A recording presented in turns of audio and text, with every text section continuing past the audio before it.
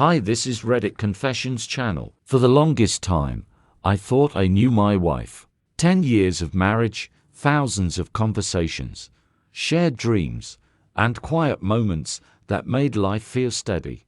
I never had any reason to doubt her until that night. She had just returned from a week-long business trip, and as usual, I stood by the window waiting to hear the familiar sound of her car pulling into the driveway. It was a sound that always made my heart skip a beat. But tonight, that familiar comfort felt strange. The door opened, and there she was. She looked the same, smiling, glowing as if she had just returned from a relaxing vacation. "Calvin," she called out, dropping her suitcase and rushing toward me. Her arms wrapped around me, and she smelled different. Not bad, just different. A new perfume, maybe. But I pushed the thought away. She started talking, rambling about how exhausting the trip was, how the meetings dragged on, and how the hotel had terrible Wi-Fi. The same routine chatter she always gave when she returned home. But something was different this time. Her eyes, those eyes I had spent years reading, looked off. There was warmth, but underneath it, I saw a flicker of something else. Nervousness, maybe even guilt, though I couldn't quite put my finger on it. I brushed it off as paranoia, telling myself she was just tired. But as I reached for her suitcase to bring it upstairs, her smile faltered. It was barely noticeable, a fraction of a second, but I caught it. I unzipped her suitcase, expecting to find the usual mix of clothes and toiletries. But what I found made my stomach twist. The clothes were tossed carelessly, not packed the way she normally would. A bottle of wine she never mentioned buying, and a men's hoodie. I froze. It wasn't just a casual mistake, it was deliberate. Her whole body stiffened as I picked it up, the scent of cologne still fresh on it. "Oh, that's not mine," she stammered. "It must have been a mistake at the airport. You know how baggage gets mixed up." I stood there, staring at her. My silence was suffocating, and she knew it. She started talking too much, trying to cover up with excuses. "It must have been one of the guys from my conference group," she said, voice rising defensively. "I don't know, Calvin. Why does this even matter?" "Because you're lying," I said, keeping my voice steady. The truth had already started to surface. Her expression flickered just for a second, but it was enough. I knew. The doubt I had felt for weeks was now undeniable. I dropped the hoodie onto the couch and crossed my arms.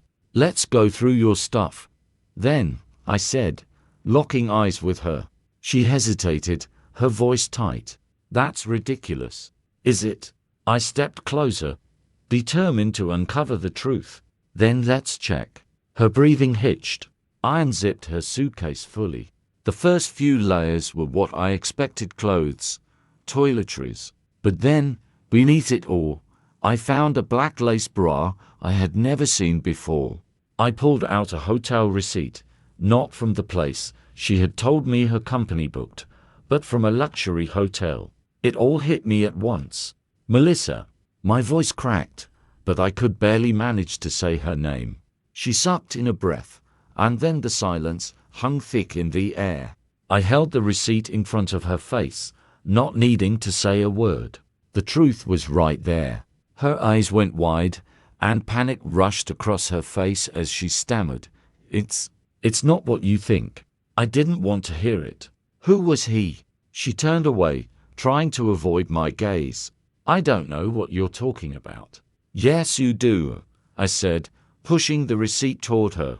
"You know exactly what I'm talking about." The world seemed to stop. The woman I had loved for 10 years, the woman I had trusted, was standing in front of me, caught in a lie so big I couldn't even process it. "Who is he?" I asked again, my voice low but steady. She paused, her breath shaky. "His name's Landon," she whispered. And just like that, my world collapsed.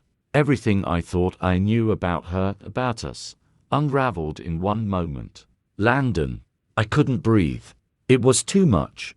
The woman I had built my life with, the person I thought I knew better than anyone, was now a stranger. She had betrayed me not just emotionally, but physically, with someone I didn't know, in places I would never have expected. "I didn't mean for this to happen," she muttered, her voice trembling. "Then why did it happen?" I asked, my anger rising but controlled. "Why, Melissa?" She stepped forward, trying to touch me, but I recoiled.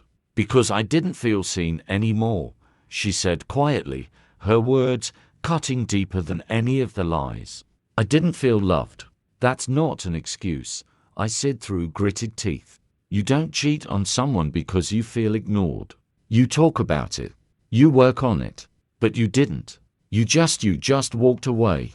Her face crumpled.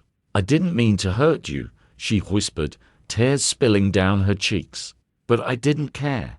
Not anymore." I shook my head, unable to find any sympathy for her. "You should have told me," I said. "You should have come to me, Melissa, not him."